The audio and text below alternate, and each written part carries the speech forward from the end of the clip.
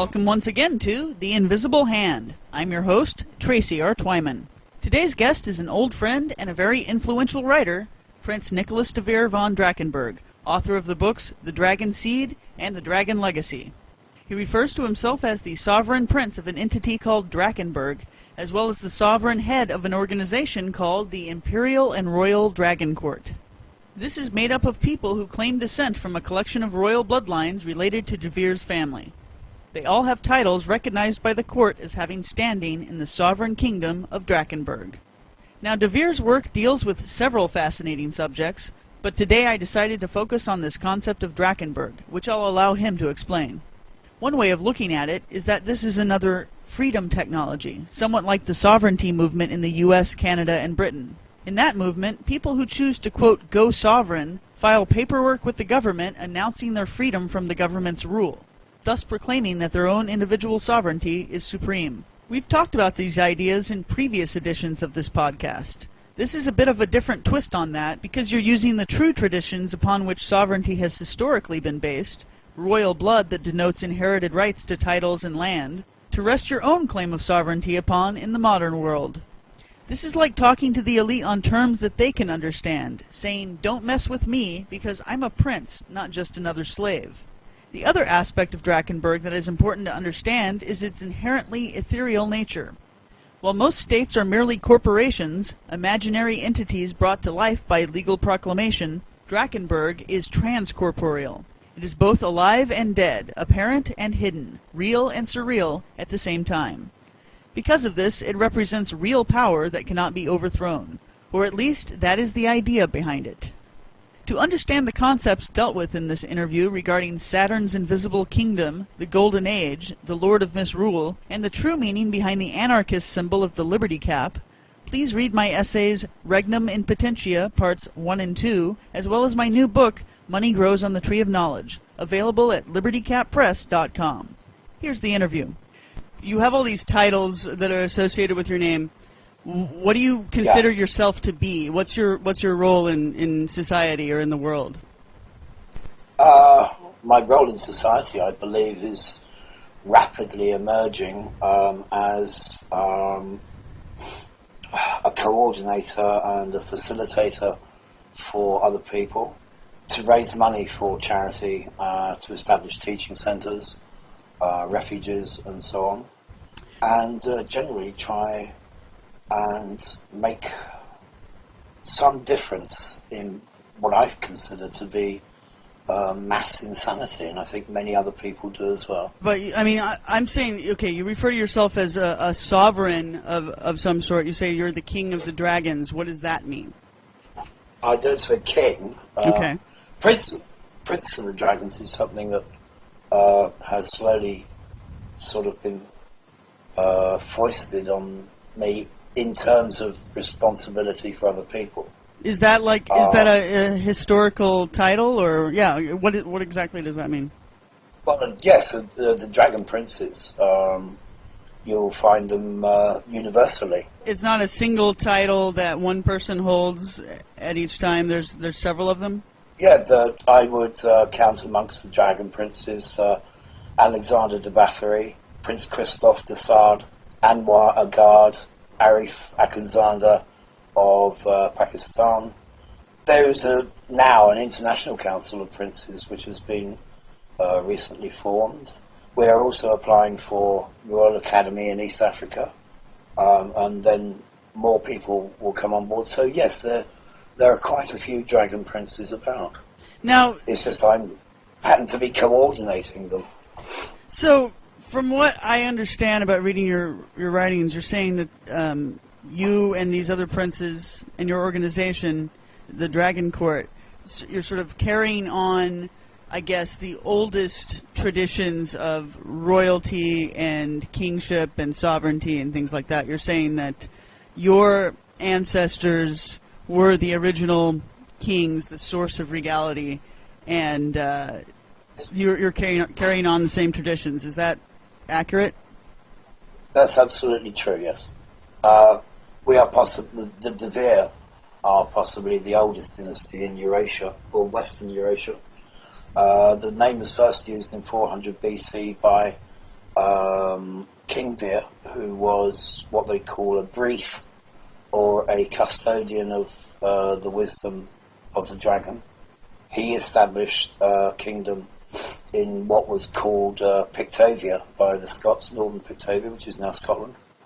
And they reigned there up until around about 740 AD, with the birth of Melusine de Seath. She then carried the dragon tradition on in France, and Sigismund picked it up from there. King Sigismund founded his dragon court in Hungary, and several others in Serbia, Croatia, Romania, and so on.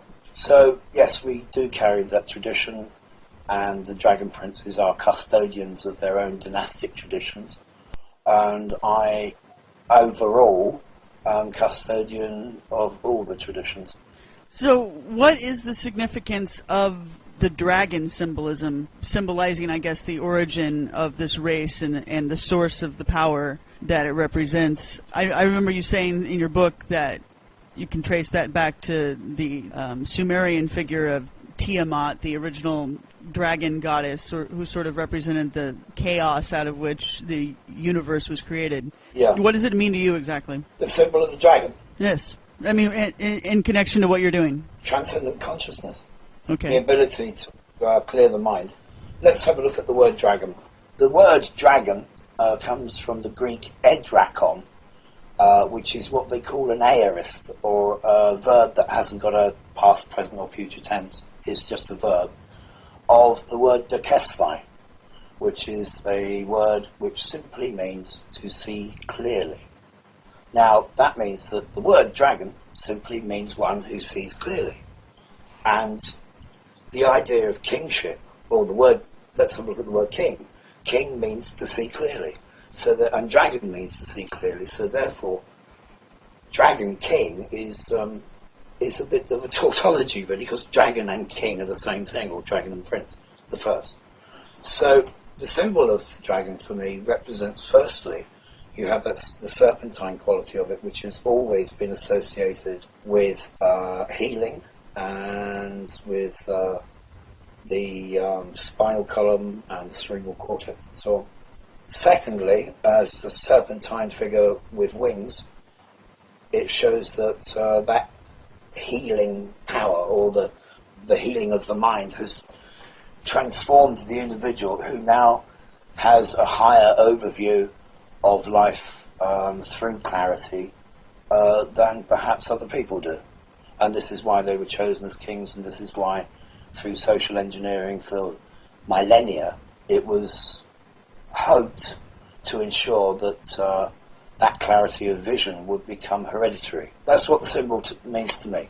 In the stories of your ancestors, the oldest ones, the ones that I guess could be identified with the gods of the ancient world, it seems like, and I'm just generalizing a whole lot because we're talking about different figures from all sorts of different cultures throughout history, but in general we see the same themes in the myths surrounding these figures, that the original race that they came from, the original royal race, is something beyond what we consider to be human now, and that they came from some sort of other world, something that isn't the Earth that we know today, that they had some sort of transcendent quality to them that was non-earthly and non-human. Is that correct? Yes. Okay. We are doing research now, Mark Pinkham and I, into the origins of the anarchy way back nearly 40,000 years now, 10,000 years before the hybridization of humanity, to possibly Kashmir. And they seem to be linked very, very closely with the sons of Shiva, or the Jats, of whom the main king was Sanat Kumrai, who seems to be the first Grail king in human form, so to speak. The place that Shiva came to Earth, which is very much like the falling to Earth of Lucifer, was in what they now call Shangri-La. With this otherworldly situation, if you go way, way, way back, then you're talking about extraterrestrial life, then that can possibly be explained by the visitation of comets, which is now part of the seeding theory, which is quite popular. Mm-hmm. But for our people, we have always been associated with Shangri-La, the Elysian Fields, Arcadia, Tir na Nog, Anwin, which is basically death for the other world.